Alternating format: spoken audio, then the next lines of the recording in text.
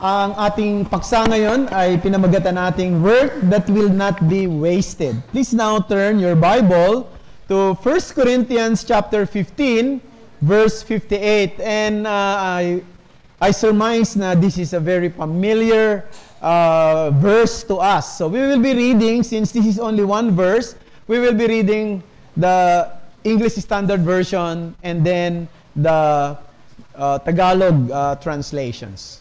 So, 1 Corinthians 15:58.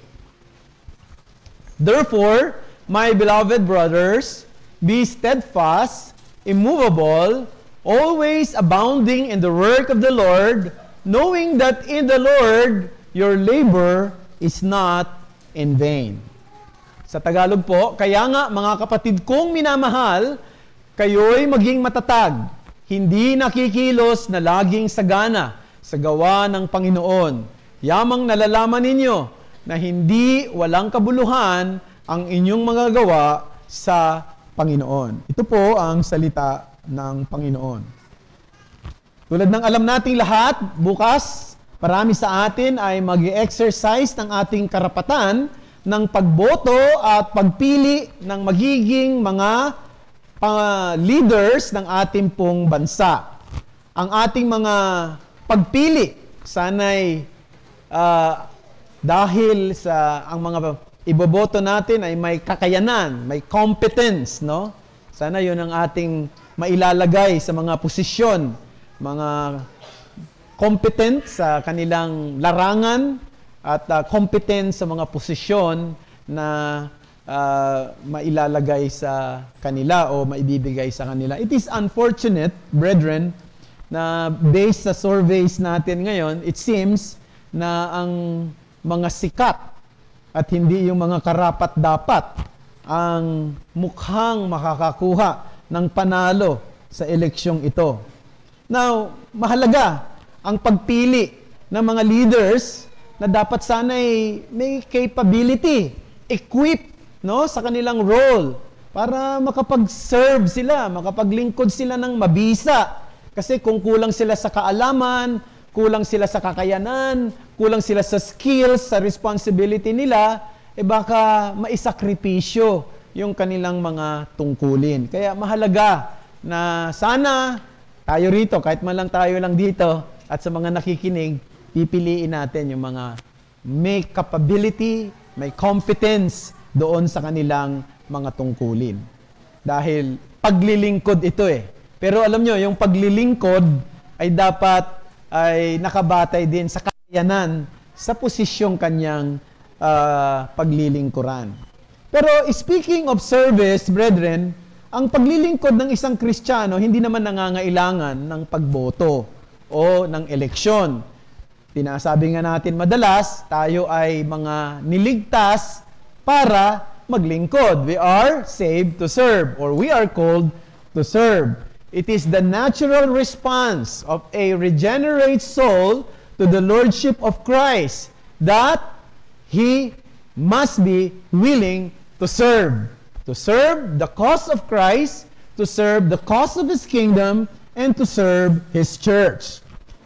We must have a willing and joyful submission to His rule and faithful commitment to carry out His revealed will.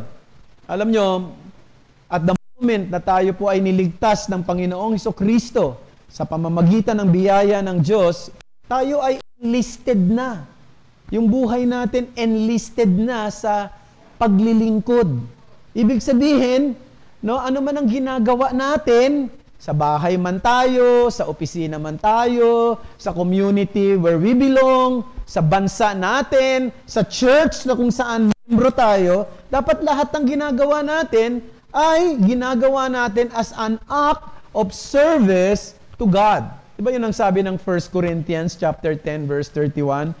So whether you eat or drink or whatever you do all to the glory of God. At yun yung sense ng 1 Corinthians 15:58. Ito'y isang concluding exhortation ni Apostle Paul, no, para i-motivate yung mga bumabasa ng kanyang sulat matapos siyang magbigay ng napaka-detalyeng discussion patungkol sa resurrection ni Jesus Christ at patungkol sa resurrection ng mga tagasunod ni Kristo pagdating ng araw.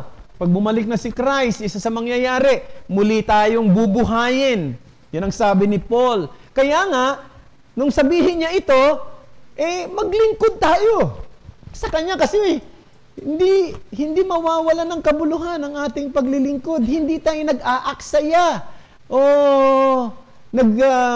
di ba? Nagwi-waste lang ng ating time sapagkat naglilingkod tayo para sa isang buhay na Diyos at naglilingkod tayo in response doon sa napakalaking pagpapalang tinanggap natin kay Kristo at tatanggapin pa natin sa susunod na panahon. So yun ang essence ng sinasabi ni Paul dito. Paul is essentially saying that since Christ has risen and we are also promised a glorious resurrection, the natural and the proper response is to give ourselves fully in the service of the Lord. So my message is this: every act of service for the Lord counts eternally. Every act of service for the Lord counts eternally. Lahat ng gagawin natin para sa Panginoon, merong eternal na kabuluhan yan. May pangwalang hanggang kabuluhan. Kaya nga sinabi ni Pablo, hindi mawawala ng kabuluhan ang gagawin nating paglilingkod sa Kanya. So meron lang akong 3 bagay na gustong sabihin sa larangan ng paglilingkod sa liwanag nitong talata na binasa natin. Una, tingnan natin the firmness in service. Pangalawa, the fruitfulness in service. Pangatlo, tingnan din natin the favor in service. First, the firmness in service. Ano sabi ni Paul? Be steadfast, immovable. Dalawang salita yun no? Maging matatag at hindi natitinag. Yung dalawang salita na yan ay nagsasabi sa atin, dapat daw ang mga Kristiyano ma-develop sa kanya yung tinatawag na solid character. Yung bang firm, unwavering, dependable. Ang gusto ng Panginoon Diyos sa atin ay magtaglay tayo ng tinatawag na a rock-like quality. No? A rock-like quality. Yung katulad ng isang batong matibay. Diba? Ang Panginoong Diyos, makikita natin, sinasabi ng Bible, inihahalin tulad daw siya sa isang batong matibay. Diba? May kinakanta tayo ritong Rock of Ages. Batong matibay. Pag sinasabi na ang Diyos tulad sa isang batong matibay, ito'y tumutukoy sa kanyang unshakable nature bilang Diyos. Siya ay isang Diyos na hindi matitinag sa kanyang lakas. Siya ay laging matatag. At anumang atake ni Satanas o anumang mga schemes ng tao para i-unsettle siya, hindi mangyayari yan. Di ba sabi ng Psalms chapter 2 verse 4, sa English ganito, he who sits in the heavens laughs. The Lord holds them in derision. Tumitingin daw ang Diyos nandun daw siya sa langit, no? Tapos tinitingnan niya yung mga tao, natatawa lang siya sa mga ginagawa ng tao laban sa kanya He holds them in derision. Kaya sabi niya, kayo maging matatag kayo tulad ko. Kung paano naging matatag ang Diyos, dapat ganon din daw tayo. So, parang ang ginasabi rito, dapat kopyahin natin yung katangian ng Diyos ng pagiging immovable, pagiging unshakable. Totoo ba yan? Kaya ba natin yun? Meron bang mga ganong Christian? Meron bang mga ganong mananampalataya? Makita natin sa Bible, marami tayong example niyan. Mga tao na yung kanilang commitment sa karangalan ng Diyos talagang very obvious. Halimbawa, si Joseph. Tandaan niyo yung kwento patungkol kay Joseph. Pamilyar naman tayong lahat dyan. Kung paano naging matatag siya sa gitna ng mga pinagdaanan niyang pagsubok. Isipin mo na mismong sarili mong mga kapatid, nagbanta ng hindi maganda laban sa iyo, papatayin ka, bandang huli, binenta siya, Pagkatapos, pinagbintangan siya ng isang kasalanang hindi niya ginawa, ikinulong siya. Pagkatapos, kinalimutan siya ng mga taong ginawa niya ng mabuti. And later on, of course, alam natin, nilagay sa kanya ng Panginoon ng isang pagpapalang higit kaysa sa mga tao nung unang panahon. Siya ay naging prime minister ng Egypt. Pero anong naging puhunan ni Joseph? Katatagan, no? Katapatan. Makikita rin natin si Daniel, kung gaano siya naging matatag. Kasama nung kanyang tatlong kaibigan na si Shadrach, Meshach, Abednego. Alam natin na sinabi ng kwento sa aklat ni Daniel na lahat ay dapat ay sumamba o dapat ay manikluhod doon sa isang golden image na ipinatayo ng emperador ng Babylonia. Sabi nila, mas gugustuhin pa namin kami ay maluto dyan sa pugon kaysa sumamba o ikompromiso yung pananampalataya at ang loyalty namin sa Diyos. Kitang-kita natin. Ang daming ganyan sa Bible. Maging sa church history, yung mga kwento sa labas ng Biblia, sa kasaysayan. Makikita natin si Martin Luther noong 1521. Tanda natin yung 1521. Diba? Yun yung taon na dumating si Magellan dito sa ating bansa. Diba? Kanta ni Yoyoy Villame yan. March 16, 1521. Diba? When Magellan came to Mactan. O yan. Noong 1521, kung paanong dumating si Magellan dito sa ating bansa, sa lugar ng Limasawa, sa bandang Cebu, ano nangyari? Yun din yung taon na humarap si Martin Luther sa emperor ng Germany, sa mga noble people, sa mga prinsipe ng simbahan ng panahon na yon, at pinarerekant siya sa kanyang pinaninindigang pananampalataya at re-recant siya sa mga isinulat niyang mga aklat. Alam nyo, tao lang din naman si Martin Luther. Siguro natatakot din siya. Kaya alam mo, ang ginawa niya, humingi siya ng panahon.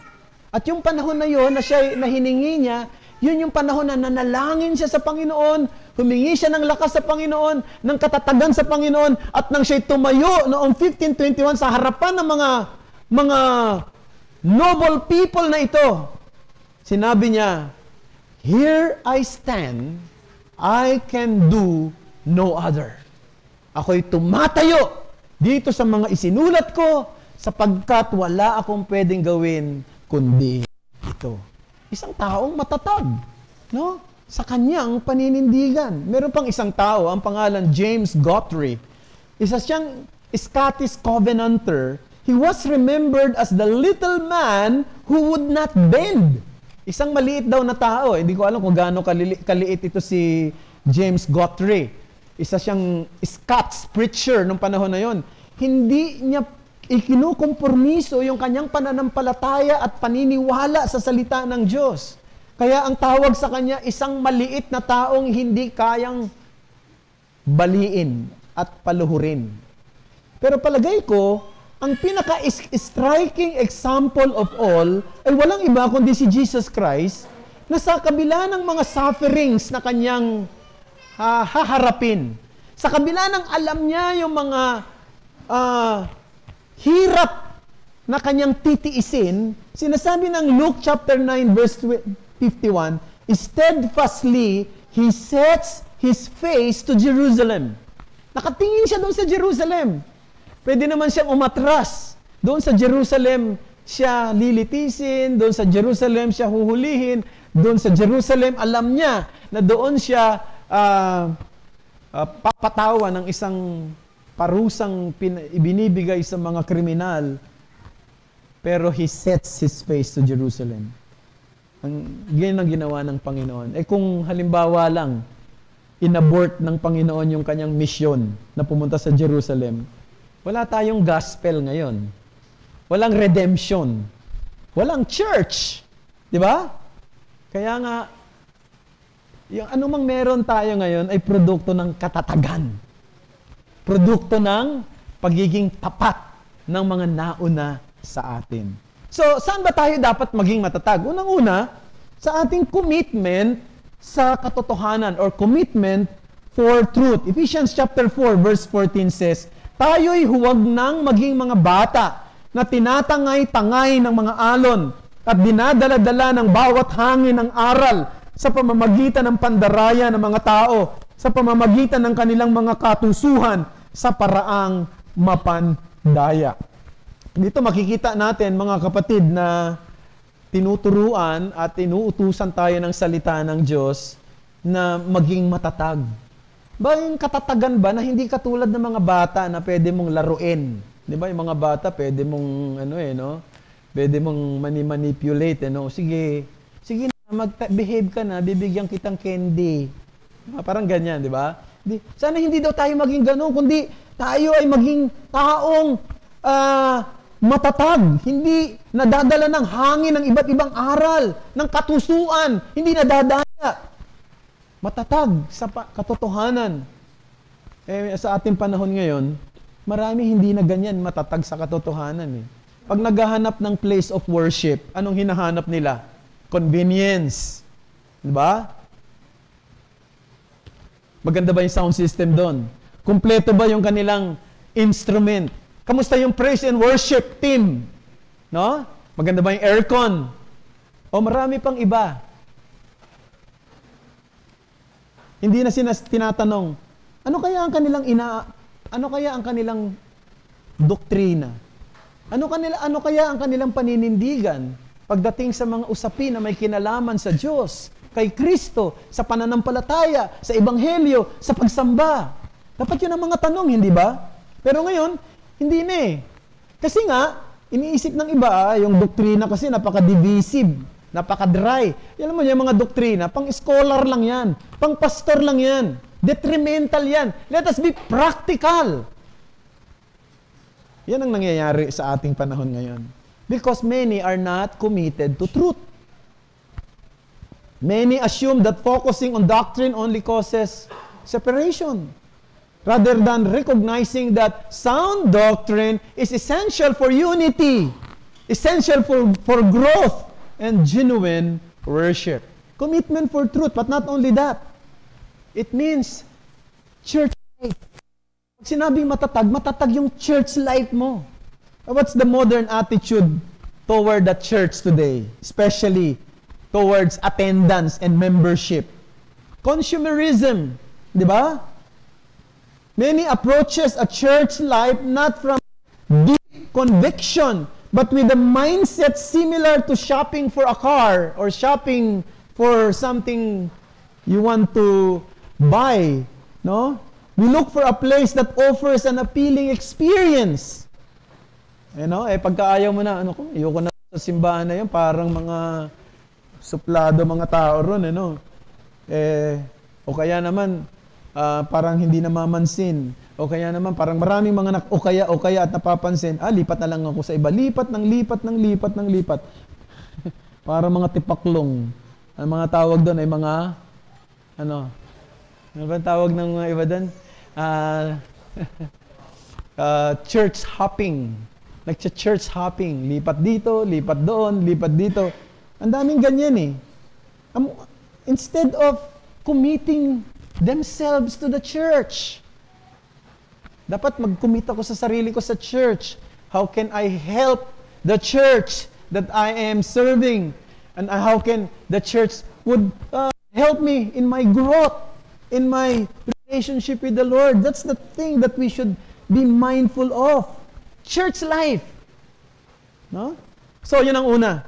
Pero not only that.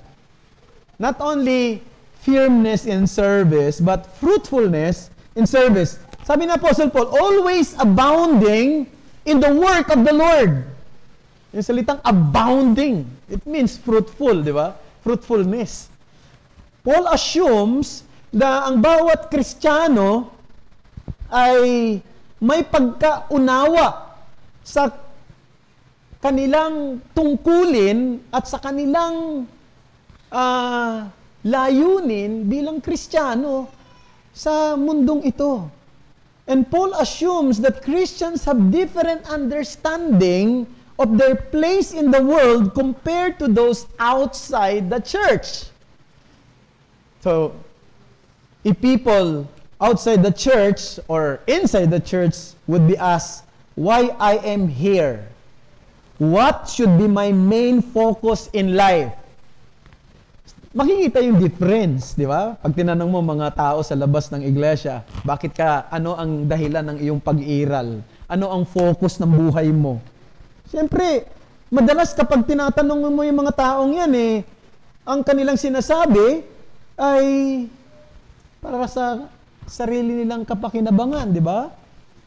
Even doon sa mga values ng spirituality na meron sila, primarily ang concern nila, securing their own success, securing their own comfort. Yan di ba? Comfort. In contrast, kung mananampalataya ka, alam mo, meron kang divine calling. Yung buhay mo ay hindi nakasentro sa personal mong pakinabang o personal na pagkita o profit. Pero gumagawa ka ng mga gawain ng Diyos, pinufulfill mo ang kalooban ng Diyos at ang kanyang layunin sa buhay mo sa mundong ito. At sa papaanong paraan tayo mag-abound o magiging fruitful sa service? Unang-una, sa pamamagitan ng submission ng ating buhay sa kalooban ng Diyos. As simple as that. Submission to God's will. My purpose in life is to surrender my will to the will of another, namely, the Lord Jesus Christ. Kaya nga, alam mo, ang tawag ng mga apostol sa kanilang sarili, si Pablo, anong tawag niya? Servant of Christ. Bond servant of Christ. Yan, di ba? Maraming beses yan sinabi yan. Philippians chapter 1, verse 1 and other verses in the Bible. Anong ibig sabihin nun? Pinapahayag nila na ang kanilang buhay devoted to their master. Ang bawat bahagi ng buhay ay dapat ipamuhay para sa kaluwalhatian ng Diyos. At kung may mga bagay na sa tingin niya, sa kanyang sarili, ay magdi-dishonor sa pangalan ng Panginoon at magko-contradict sa karakter ng Diyos, handa siyang tanggihan ito. Handa siyang alisin ito. Handa siyang labanan ito.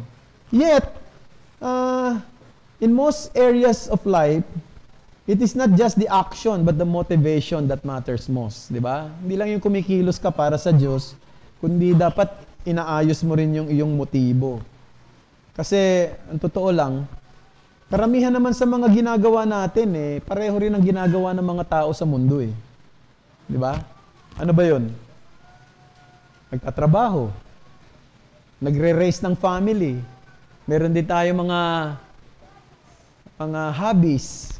No? May mga libangan. Iba-ibang klase ng libangan. Mahilig sa basketball. Mahilig sa iba't ibang klase ng mga entertainment na hindi naman pangit na entertainment. Siyempre, wala namang masama yan. No? Ginagawa ng mga tao sa mundo, ginagawa rin naman natin. Kaya lang, ang pagkakaiba lang natin, bilang Christian, mas malalim yung layunin natin. Bakit natin ginagawa ang mga bagay na ito? Hindi natin ginagawa ang mga bagay na ito para lang maging masaya tayo. Hindi lang ginagawa ito para magkaroon tayo ng tinatawag na self-fulfillment, kundi ginagawa natin dahil gusto nating pasalamatan ng Diyos, luwalhatiin ng Diyos, na nagbigay ng kanyang buhay para sa atin. So yun ang una, submission to God's will. Napakasimple lang naman yan, ano? Lagi na nga natin pinag-uusapan dito yan. Pero minsan nakakalimutan natin. Kung Christian ka ngayon, yung kalooban mo, laging ipapailalim mo yan sa kalooban ng Diyos. Lagi na paiilalim sa kalooban ng Diyos. Pangalawa, spreading God's love. Spreading God's love. The message that Christ receives sinners is not one to keep to ourselves. It is meant to be shared. No? Tandaan natin yon. Kung ikaw niligtas ni Kristo, hindi yan para mag-enjoy ka lang sa kaligtasan na meron ka, kundi para ibahagi mo yan. I-share mo yan. At bakit mo i-share? Dahil tinanggap mo yung pag-ibig ng Diyos sa buhay mo. Actually, ganun ang sinasabi ni Pablo lagi. Bakit siya nag-share ng gospel? Bakit siya nangangaral ng ebanghelyo? Bakit niya gusto ang mga tao manampalataya kay Kristo? Dahil mahal niya. Mayroong pag-ibig sa kanyang puso. Basahin natin 2 Corinthians 5:14-15. Ang pag-ibig ni Kristo ang humihimok sa amin sapagkat kami ay lubos na naniniwala na ang isa ay namatay para sa lahat. Kaya't ang lahat ay namatay. Siya ay namatay para sa lahat upang ang mga nabubuhay ay huwag nang mabuhay para sa kanilang sarili, kundi para sa Kanya na alang-alang sa kanila ay namatay at muling nabuhay. Na gusto ko lang paliwanag tong verse na to kasi baka ma-misinterpret nyo, no? Kasi mayroon sinabi rito na naniniwala kami na may isang namatay para sa lahat. O, tika muna, Pastor, akala ko ba ang turo natin si Kristo hindi naman namatay para sa lahat ng tao, kundi siya ay namatay para sa kanyang mga tao. Di ba yun ang binibigyang diin natin lagi rito? Yung tinatawag nating limited atonement or ano ba yung isa bang tawag natin doon? Particular redemption. Di ba? Pero sabi rito sa verse, may isang namatay para sa lahat, kaya't ang lahat ay namatay. Pero alam nyo, mga kapatid, pagka hindi nyo inunawa yung verse na yun nga talaga ang lalabas. Pero pag unawain mo maigi, sapagkat yung susunod ng mga talata, merong sinabing ganito, siya'y namatay para sa lahat upang ang mga nabubuhay ay huwag nang mabuhay para sa kanyang sarili, kundi para sa kanya, alang-alang sa kanila, ay namatay at muling nabuhay. Ano sinasabi ni Paul? Yung mga tao na kung saan si Kristo ay namatay para sa kanila, yung mga taong yun, hindi na mabubuhay para sa kanilang sarili, kundi mabubuhay na para sa Kanya. So lumalabas na yung ibig sabihin ng si Kristo ay namatay para sa lahat, namatay siya para sa lahat ng Kanyang mga mananampalataya. Sapagkat kung titingnan natin ang mundong ito, sa panahon natin ngayon, tanungin natin, yung mga tao sa paligid natin, nabubuhay para kay Kristo? Mas marami, hindi. Diba? Kasi ang sabi, ang epekto daw, noong si Kristo ay namatay para sa lahat, yung lahat ng yon ay hindi na mabubuhay sa kanyang sarili. So, therefore, this verse is teaching us a particular redemption. Na yung mga tao na naging dahilan kung bakit si Kristo ay namatay para sa kanila, yung mga taong yon, hindi na sila mabubuhay sa sarili nila. Hindi na sila mabubuhay para sa kanilang sariling interes, kundi mabubuhay na sila para kay Kristo, na namatay para sa kanila. So yun ang gusto ko lang bigyan din kasi baka ma-misinterpret natin yung talatang yan at minsan ginagamit din yan ng iba para sabing hindi totoo yung particular redemption. But more specifically, ang binibigyang diin dito, ang Diyos ay banal, at ang Diyos ay Diyos na umiibig. At yung pag-ibig na yan, na dapat ay tinanggap natin, ibinabahagi natin sa iba. No? Pag nakikita natin yung brokenness ng ating mundo, talagang dapat nalulungkot tayo. Kahit na yung kanina, diniscuss ni June sa men's fellowship namin, o men's devotion namin kanina. Di ba? Yung nangyaring aksidente doon sa NAIA, yung aksidente doon sa Isitek na may namatay na mga 10 tao, tapos dito may 2. Kung titingnan mo, di ba? Malulungkot ka eh. Ano ba nangyari? Pero ang totoo, ito'y produkto ng fallenness ng men. Lahat ng mga nangyayari ngayon na masasakit na karanasan ay produkto yan ng pagiging fallen ng mundo natin. We live in a fallen world. And we know why we are fallen, because of sin.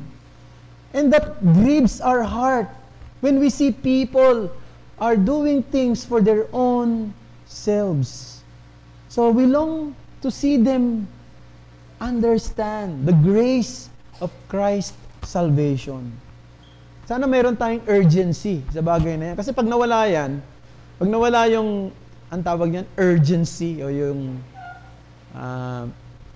Tagalog pa ay alab sa puso natin na mag-share ng gospel, we will begin to stagnate ourselves. Magiging stagnant tayo. Kasi ang vitality ng isang iglesia ay lagi nakakabit sa pagsunod niya doon sa Great Commission. Ulitin ko, ang vitality o yung sigla ng isang iglesia ay lagi nakakabit sa Great Commission. Ano yung Great Commission? To go and make disciples. So pagka nawala na yung init natin sa pangangaral ng Ebanghelyo, pagbabahagi ng Ebanghelyo, pananalangin sa mga unsaved loved ones natin, magsisimula tayong magkaroon ng stagnant sa buhay Kristiyano natin at stagnant maging sa ating buhay bilang isang iglesia. Kasi nakakabit lagi yun doon eh. Okay? So, the Bible calls us not only to proclaim the love of Jesus, but also to demonstrate it in practical and tangible ways. So, we are called to proclaim the love, to spread the love of Jesus, but also to demonstrate it in practical ways.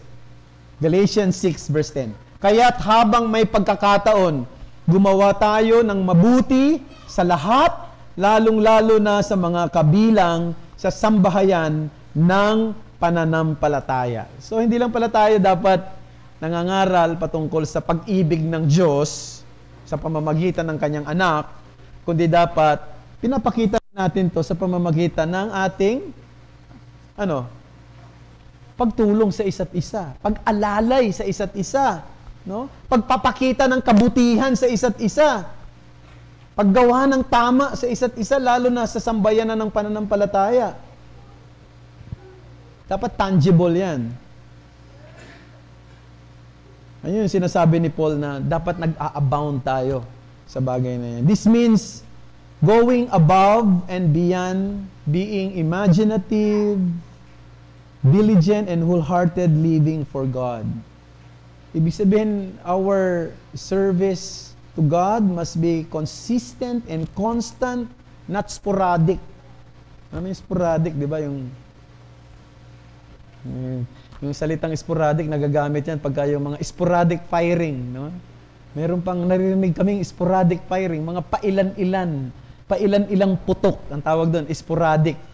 Now, hindi po sporadic dapat ang paglilingkod, hindi pailan-ilan, pasulput-sulput, kundi dapat consistent, constant. That's abounding. Yung sinabi ni John Wesley. Famous si John Wesley dito sa sa quotation na ito. Kung sa uluhin niyo maganda rin. Sabi niya, do all the good you can. To all the people you can. In all the ways you can. For as long as ever you can. Ulitin ko. Do all the good you can. To all the people you can. In all the ways you can, for as long as ever you can. That's abounding in service. So a great deal can be accomplished by the Christian who simply refuses to give up, no, in serving God's cause. We are called to be faithful and to serve God's cause all the days of our lives. At ito, isang bagay na dapat maging malinaw sa atin. No, hindi naman kinakailangang maging matalino tayo, maging magaling, no, maging talented para makapag-serve ng tapat sa Panginoon eh. Kung alam nyo si William Carey, di ba tinatawag siyang the father of modern mission. Si William Carey noong 1793, siya ay nag-sail patungo ng India. Alam niyo, nung pumunta si William Carey sa India, hindi na siya muling bumalik sa England. From England to India. He never returned. Doon na siya namatay. And nung nandoon siya, nagpakita siya ng pagtitiis niya talaga, yung perseverance. Over 41 years. Kanyang in-oversee yung translation ng scripture sa 36 languages. No? Imagine mo, 36 languages. Alam mo, sa India, I think they have, if I'm not mistaken, they have 50 plus more languages sa India. No? So, nag-translate siya, 36 languages. Pero ang totoo, mas marami pa rin naman tayong language kasi sa India. I think 100 plus yata yung language natin. Tama ba? Yung historian natin dito na si DY ay magpapatunay sa akin. 100 plus, di ba? Something like that. No? Pero imagine mo mag-oversee ka ng 36 languages. During those days, walang media, no? Walang technology, puro manual lang lahat, puro manual. Yung ginagawa ng mga tao. Yan ang in-oversee niya. Tapos, noong tinanong siya, ano ang sikreto mo ng iyong tagumpay sa paglilingkod? Alam mo, sabi niya, parang mahirap intindihin ito sa Tagalog eh. Kasi sabi niya, I can plod. Ano yung salitang plod? P-L-O-D. Ano yung sabihin nun? Kaya ko kasing maging mabagal. Ano sabi niya? Kaya kong maging mabagal. Paano yun? Ang punto ni William Carey ganito. No? Nire-remind niya na ang paglilingkod sa Panginoon, hindi kinakailangan medyo makarisma yung personality mo o brilliant ka.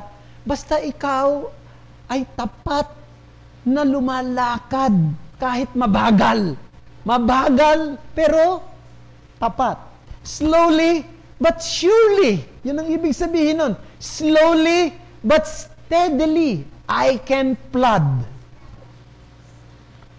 So, mga kapatid na naririto, mga mababagal na yung iba, no? Don't worry.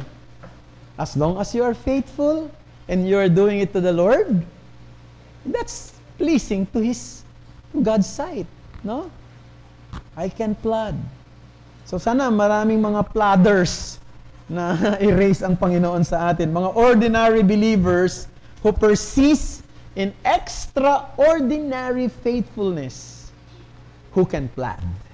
Let's go to the last point, the favor in service. So nakita natin the firmness in service, the fruitfulness in service, the favor in service. Ano sabi ni Paul dito sa 1 Corinthians 15:58, no?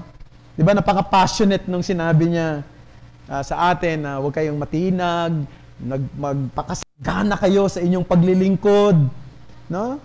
Ibigay ninyo yung puso ninyo sa paglilingkod, parang 'yun ang sinasabi niya.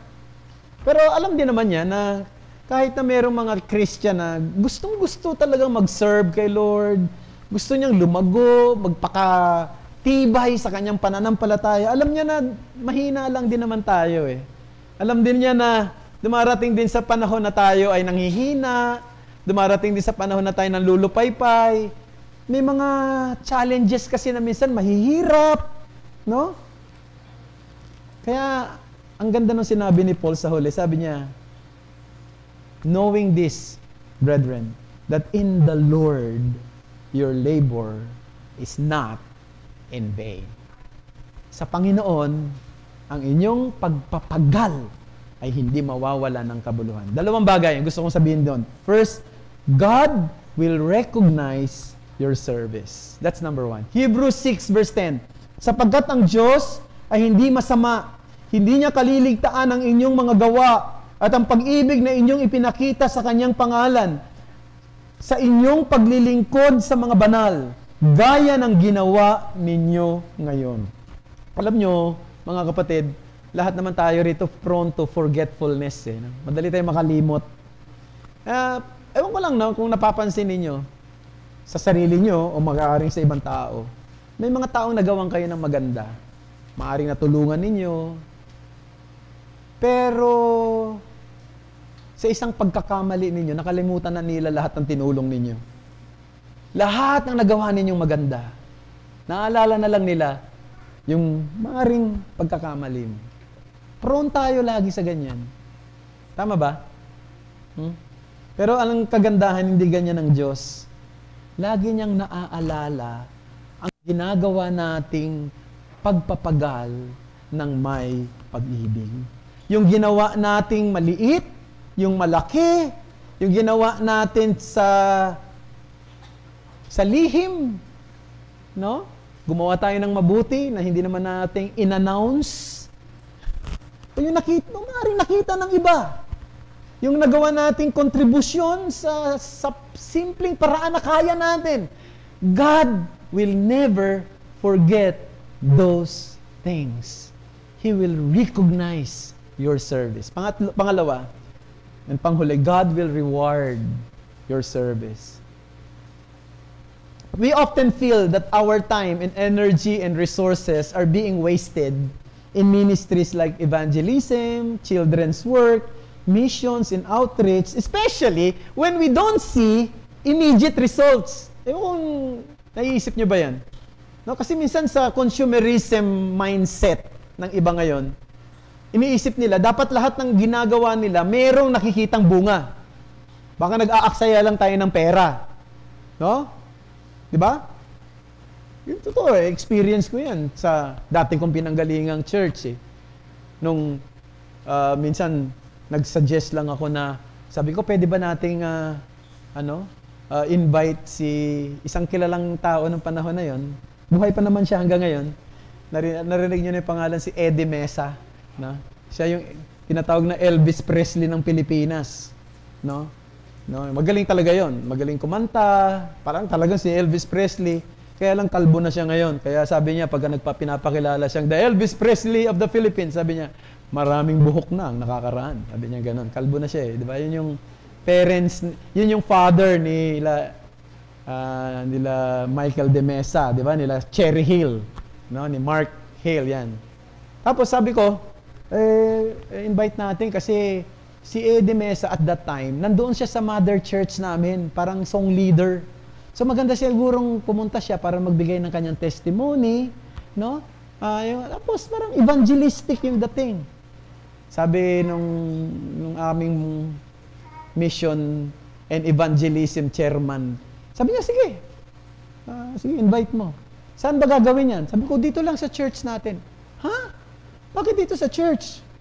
Ilan ba ang capacity ng simbahan nyo? Mga siguro, siksikan, mga 80 kaya. 80! Ay, sabi niya, lugi tayo dyan. Sabi niya gano'n, mas maganda, kumuha ka ng mas malaking lugar kasi yung ibibigay natin love gift kay Eddie Mesa, lugi doon sa maaaring iilan lang ang tatanggap kay Kristo. Sabi niya, kung 80 at kalahati doon tumanggap kay Kristo, hindi magpo-compensate yan. Doon sa love gift natin sa Kanya. Kaya dapat mas malaking lugar. Sabi ko, hindi yun ang gusto ko eh. Gusto ko kasi lahat ng aaten, at least alam na nila kung saan yung simbahan. No? Kung sila man ay natamaan ng salita ng Diyos, di alam na nila kung saan sila babalik, alam nila kung saan sila magsisimba. Ayaw. Gusto talaga sa malaki. Sabi niya, kuha na lang tayo ng medyo hindi kilala, pero magaling din. Ayun. Kumuha kami ng hindi masyadong kilala, pero marunong din maganda rin yung testimony. Ano yung takbo ng isip niya? Consumerism. Marketing, di ba? That's how many churches are operating today. Kayo ba nasasabi niyo ba, ako sayang naman yata yung ginagastos natin doon sa mga ginagawa nating evangelism sa ibang lugar, wala nang bunga. Hindi sayang yon mga kapatid. Ang trabaho lang natin i-share yung gospel eh. Hindi tayo ang result sa Diyos yun. Gusto natin makakita ng resulta, gusto natin makakita ng bunga, pero hindi tayo ang siyang magpuproduce nun. Ang Diyos. Diba? Si Pablo ang nagtanim, si Apollos ang nagdilig, ang Diyos ang nagpapalago. So, wag nating isipin na nagsasayang tayo. At kahit na walang bunga ang pagpapagal natin, kung ginawa natin ito ng may katapatan at sa puso natin, God will reward us. Merong gantimpala galing sa Diyos. Our labor in the Lord is not in vain. Work done for Him is never meaningless or wasted effort. It is not a chasing shadows. No? Naranasan niyo bang maghabol ng anino? No? That's a worthless effort. Hindi po magiging chasing shadow. Kasi ang primary aim natin, hindi lang para i-persuade yung tao na manampalataya kay Kristo, ang primary aim natin, to please God. To obey God. Diba? So maaaring walang bunga, pero tandaan natin, ang pagpapagal ng may katapatan ay may gantimpala sa Diyos. Yun na nga lang discussion ni Paul dito. Ano bang diniscuss ni Paul dito sa 1 Corinthians 15? Resurrection, di ba? Ang muling pagkabuhay. Si Kristo ay muling nabuhay at tayo rin daw ay muling bubuhayin. Saan natin i-compare yun? Incomparable yun. Yung blessing of resurrection, imagine mo yung sinabi niya sa 1 Corinthians 15, verse 50 to 53, sabi, sa isang kisap mata, sa huling tunog ng trompeta, ang mga patay ay muling bubuhayin at bibigyan ng hindi nasisirang katawan at lahat tayo ay mababago. We shall all be changed. There will be a glorious transformation that will make us fit for the new heavens and new earth. The message is clear, brethren. Death is not the end. There is judgment to face. But beyond it, for the believer, there is eternal glory. There is a resurrected body na ibibigay ng Panginoon sa atin. At sa huli, hindi lang aalisin ng Diyos ang kamatayan. Wala nang funeral service. Mamaya may funeral service na naman ako eh. May nag-request naman sa akin dito. Pwede daw mag-funeral service. Medyo nagulat ako Actually, nag-text sa akin, Pastor, pwede ba ho kayo mag-funeral service mamaya? Kasi yung ipo-funeral service, alam ko talaga, Iglesia ni Cristo yun. No? Kaibigan ni Justin yung anak nung namatay. Pero sabi, Pastor, ang nagre-request mismo yung asawa. Kaya hindi ko alam, baka pagdating ko doon mamaya, may mga ministro makakadebate ako. No? Hindi ko alam kung debate ba to o talagang ano. Pero sabi, sige, papayag na ako. Alam mo naman, pag ganyan, gustong-gusto ko yan eh. Yung mga ngaral ng Ebanghelyo, no? Pero ilang beses na kasi akong natrap eh. Ng mga ganyan na pagdating ko doon sa bahay, akala ko mga ngaral ka, meron palang mga nakakaabang na ng mga ministro na makikipagdebate sa'yo. Sabi ko, tika ho, hindi ho ata ito yung pinag-usapan. Bakit takot ka bangi? Parang tanggol lang yung pananampalataya. Opo. Sana naman, hindi ganun ang mangyari mamaya. Pero ang gusto ko lang sabihin, mga kapatid, gusto kong sabihin, darating ang araw, wala nang funeral service. Wala na. Bakit? Hindi lang aalisin ang kamatayan, papatayin ang kamatayan. Imagine mo yung papatayin ang kamatayan. At ano mangyayari? Sa ating tayong mga mananampalataya, magkakaroon tayo ng buhay na hindi na mawawala. Buhay na higit na makulay. Isang buhay na higit sa kung naiintindihan nating buhay na mapalad sa ating panahon ngayon. Kaya nga sabi ng isang theologian, yung new heavens and new earth daw, ito daw ay Eden restored and more. Ulitin ko, Eden restored and more. That's the new heavens and new earth. That's why hindi mawawala ng kabuluhan ang lahat ng ating pagpapagal para sa kanyang pangalan. Maglingkod tayo hanggang katapusan. Manalangin tayo. Salamat po, Panginoong Diyos, sa mga salita mo na aming napagbulayan sa hapong ito. Sana nga ay patuloy na ma-encourage kami na maglingkod ng may katapatan hanggang katapusan. Knowing that our labor in the Lord will never be in vain. This is our prayer. In Jesus' name, amen.